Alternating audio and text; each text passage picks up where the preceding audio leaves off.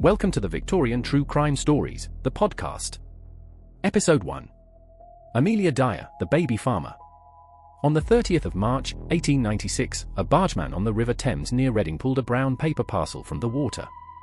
Inside was the body of a baby girl. The parcel should have sunk, but it wasn't weighted well enough. Wrapped around that child's neck, tied in a knot, was a length of white edging tape, the type used in dressmaking. That one mistake, that one parcel that didn't sink, would blow open a case that horrified Victorian England. When the police started pulling at the threads, they uncovered a woman who it appears may have murdered hundreds of children over the course of 30 years. Her name was Amelia Dyer. The press would call her the Ogress of Reading. And she is, by some estimates, one of the most prolific serial killers in history. This is her story.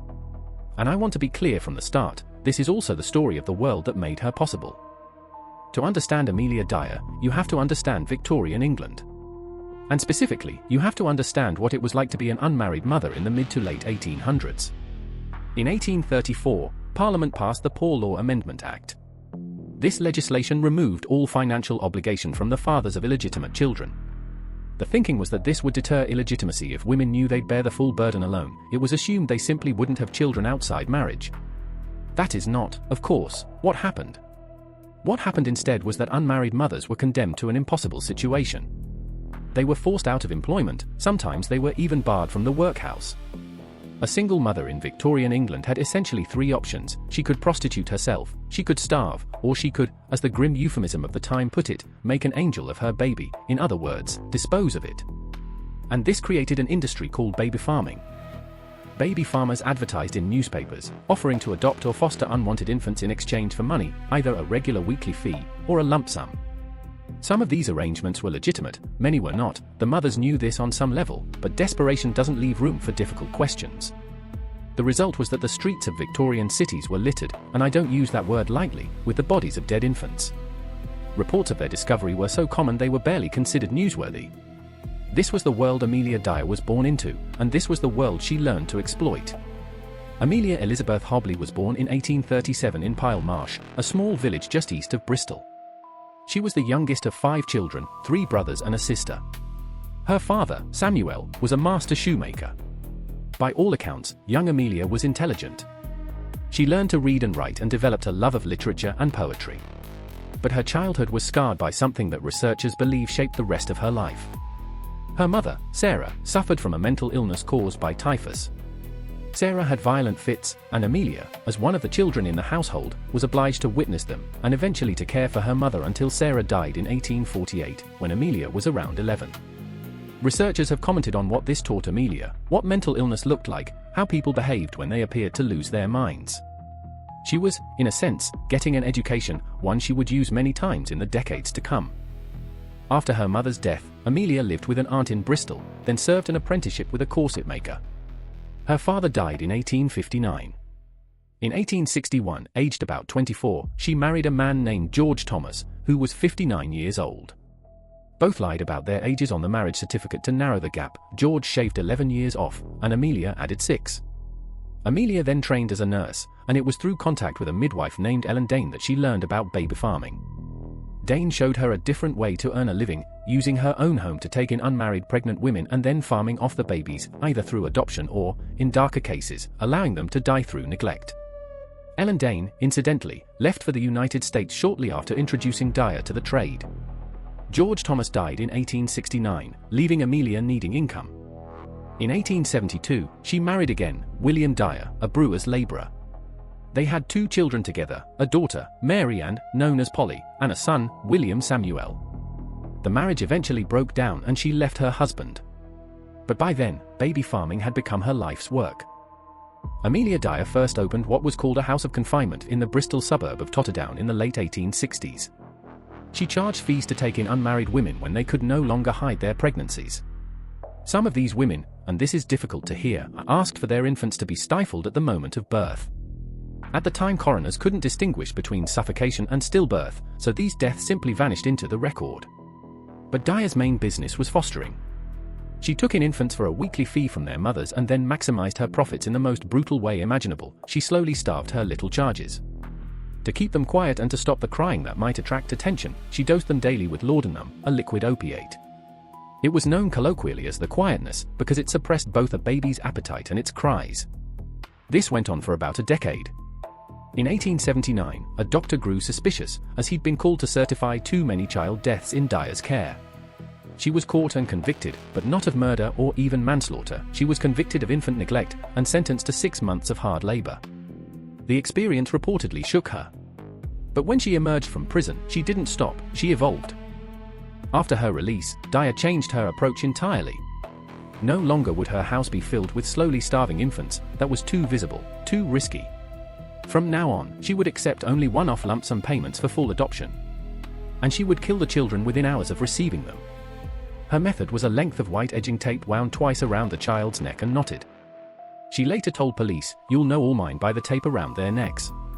There's another statement attributed to her that's even more chilling. She reportedly said, "I used to like to watch them with the tape around their neck, but it was soon all over with them." After killing the children, she disposed of their bodies, dumping them in rivers or burying them in the gardens of her rented lodgings. She also became skilled at avoiding detection. She and her family relocated constantly, moving between towns and cities to escape suspicion, regain anonymity, and find new clients. She operated under a succession of aliases: Thomas, Harding, Smith, and likely others. Dyer also had spells in mental hospitals, and it's worth pausing on this. Dyer had multiple commitments to asylums during this period. However, as the prosecution would later argue, these always seemed to coincide with moments when she feared her crimes were about to be exposed. Having been trained as a nurse, including at asylums, she knew exactly how to behave to ensure a relatively comfortable stay as an inmate. Whether she was genuinely mentally ill, or simply a very effective pretender, remains a matter of debate. She certainly abused alcohol and opium products, and her mental instability may have been connected to substance abuse. At one point she drank 2 bottles of laudanum in what appears to have been a genuine suicide attempt, but her long-term opium use had built up her tolerance, and she survived. Whatever the truth of her mental state, one thing is clear: for nearly 30 years, she killed with impunity. In January 1896, in a boarding house in Cheltenham, a 25-year-old barmaid named Evelina Marmon gave birth to a daughter. She named her Doris. Evelina was popular and well-liked, but she was unmarried, and she needed to go back to work. She intended to find someone to care for Doris temporarily, and eventually reclaim her child. She placed an advertisement in the Bristol Times and Mirror: "Wanted, respectable woman to take a young child." By coincidence, right next to her ad in the newspaper was another one: "Married couple with no family would adopt a healthy child, nice country home. Terms, £10. Evelina responded, and several days later received a letter from Mrs. Harding, Amelia Dyer, writing from Reading. The letter read, in part, "I should be glad to have a dear baby girl, one I could bring up and call my own. We are plain, homely people, in fairly good circumstances. I don't want a child for money's sake, but the company and home comfort. And my husband are dearly fond of children. I have no child of my own. A child with me will have a good home and a mother's love." Every word of it was a lie. Evelina wanted to pay a weekly fee. She was planning to come back for Doris, but Mrs. Harding insisted on a single payment up front. Evelina was desperate, so she agreed and paid the £10. When Dyer arrived in Cheltenham to collect Doris, Evelina was surprised by her age and her stocky appearance. But Dyer was affectionate towards the baby, and Evelina handed over her daughter, a cardboard box of clothes, and the money. She accompanied Dyer to Cheltenham station, then on to Gloucester. Then she went home, a broken woman. A few days later, a letter arrived from a Mrs. Harding saying all was well. Evelina wrote back, but she never received another reply. Dyer did not take Doris to Reading as she'd told Evelina. Instead, she went to 76 Mayo Road in Willesden, London, where her daughter Polly was staying. There, Dyer found some white edging tape, wound it twice around baby Doris's neck, and tied a knot. The following day, another child, a 13-month-old boy named Harry Simmons, was brought to Mayo Road. With no spare tape available, Dyer removed the length from around Doris's corpse and used it to strangle Harry. On the 2nd of April, Dyer headed for Reading with both bodies packed into a carpet bag. At a secluded spot that she already knew well near Caversham Lock, she forced the carpet bag through the railings and into the River Thames. But she'd already made a mistake. 3 days earlier, on the 30th of March, a different parcel, one she disposed of earlier, had been found by a bargeman. That parcel contained the body of a baby girl later identified as Helena Fry. The package hadn't been weighted enough to sink properly. The Reading Borough Police force was small, but Detective Constable Anderson made a crucial finding. On the wrapping paper from the Helena Fry parcel, he found a label from Temple Mead Station in Bristol, but more importantly, through microscopic analysis of the paper, he uncovered a faintly legible name, Mrs. Thomas, and an address. This led the police to Amelia Dyer, but they didn't yet have strong enough evidence to connect her directly to a serious crime, so DC Anderson and Sergeant James placed Dyer's home under surveillance. Intelligence suggested that if she came under any suspicion at all, she would simply flee, as she'd done so many times before. The officers arranged for a young woman to act as a decoy, someone who could approach Dyer posing as a potential client, looking to place a baby. This may have been intended to link Dyer definitively to her activities, or it may simply have given the police a reliable window to arrest her. On the 3rd of April, Good Friday, the police raided Dyer's home at 45 Kensington Road, Reading. Dyer was apparently expecting her new client, but instead found detectives on her doorstep. What the police found inside that small terraced house was damning. The first thing that hit them was the smell, a heavy stench of decomposing flesh, coming from the kitchen pantry and from a trunk under the bed. No human remains were actually found inside the house, but there was everything else.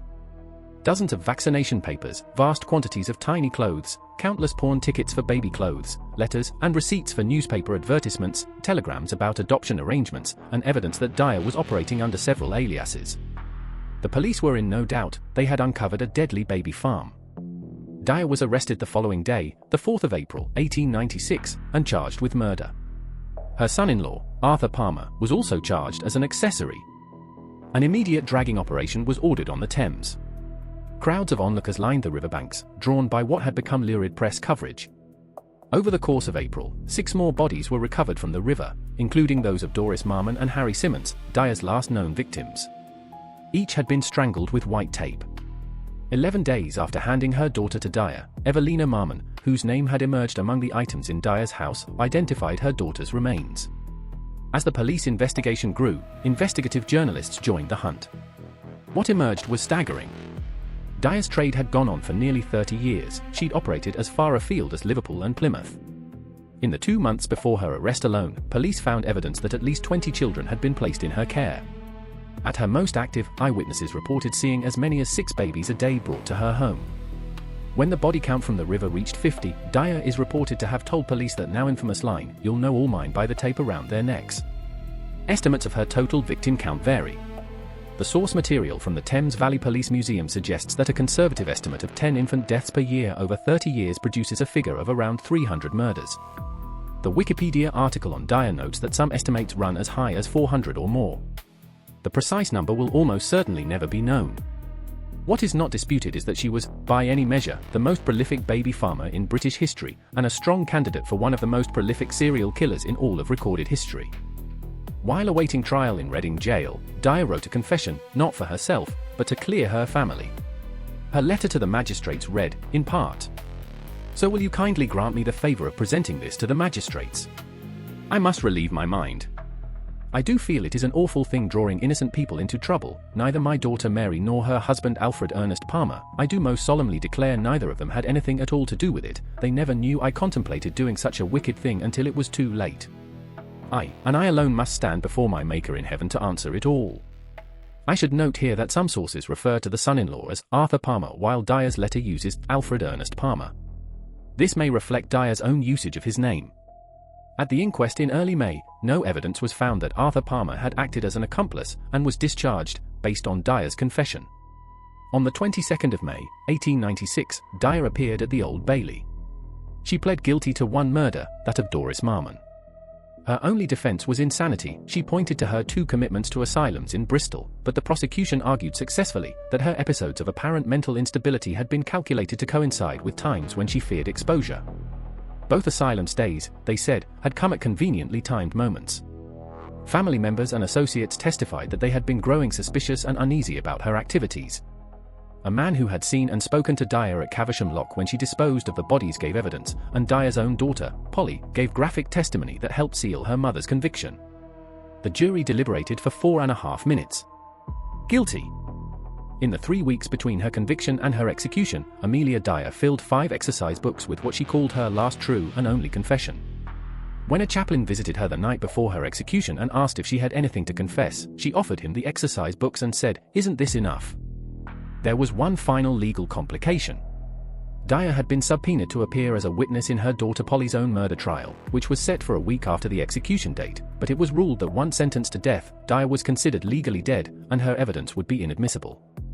On the eve of her hanging, Dyer received the news that the charges against Polly had been dropped.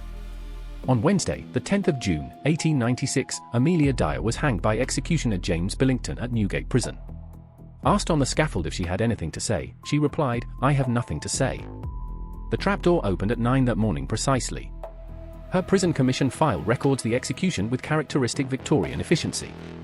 Due to her weight and what was described as the softness of the textures, a shorter drop was given. The file notes, it proved to be quite sufficient. Dyer's case was one of the most sensational trials of the Victorian era, and it had real, lasting consequences. Adoption laws were made stricter, local authorities were given the power to police baby farms. Newspaper personal ads, which had been the primary way baby farmers found clients, came under greater scrutiny. Dyer's case raised the profile of the fledgling NSPCC, which had been founded in 1884, and helped shape the child protection laws that followed.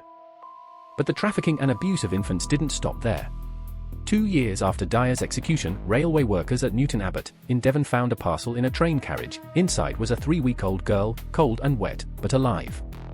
She'd been handed to a Mrs. Stewart for £12 and dumped on the next train. There have been claims, though they remain unverified, that Mrs. Stewart was Polly, Dyer's own daughter. And here's perhaps the most uncomfortable truth about this story. Amelia Dyer was not an aberration, she was a product of her time. She was the most prolific baby farmer, certainly, but she was far from the only one. Baby farming was an industry, one that existed because society created a class of women with no good options and then looked the other way. The source material from the Thames Valley Police puts it plainly: Dyer served a grim need that society was loath to acknowledge and has been quick to forget. It's easy to hear a story like this and focus on the monster, and Amelia Dyer was a monster. Let's not romanticize what she did. She strangled children for money, she watched them die and she liked it. But the children she killed were invisible long before she got to them. They were invisible because their mothers were invisible too, women cast out for the crime of being unmarried and pregnant in a society that punished them while letting the fathers walk free. The bodies of dead infants littered Victorian streets, and it wasn't even considered newsworthy. Just think about that for a minute. Amelia Dyer didn't create that world, she exploited it, and when she was caught, the world carried on much as before, because the problem was never just one woman with a length of white tape, the problem was a society that needed her and her type. If you want more podcasts like this, then please subscribe, like and comment about how you feel about this case. This has been episode 1 of Victorian True Crime Stories. Thank you for listening.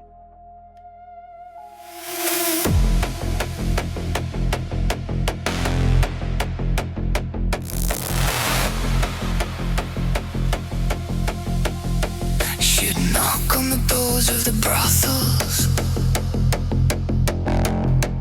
of the factories and the gin joints, to offer them all a better life for their daughters and sons. Just a small fee up front. They took her at her word. She took them to the River Thames in a brown paper parcel.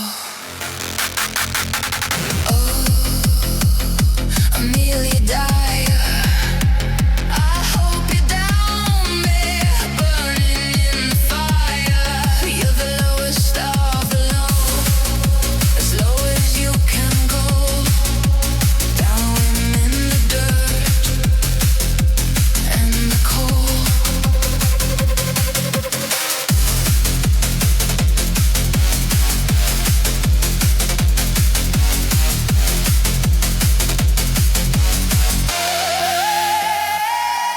She was tried once and sent to the workhouse, where she was found not guilty of murder.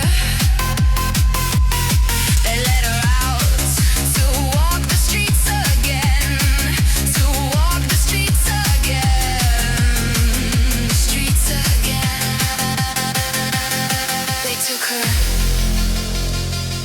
They took her at her word. She took them to the River Thames paper parcel.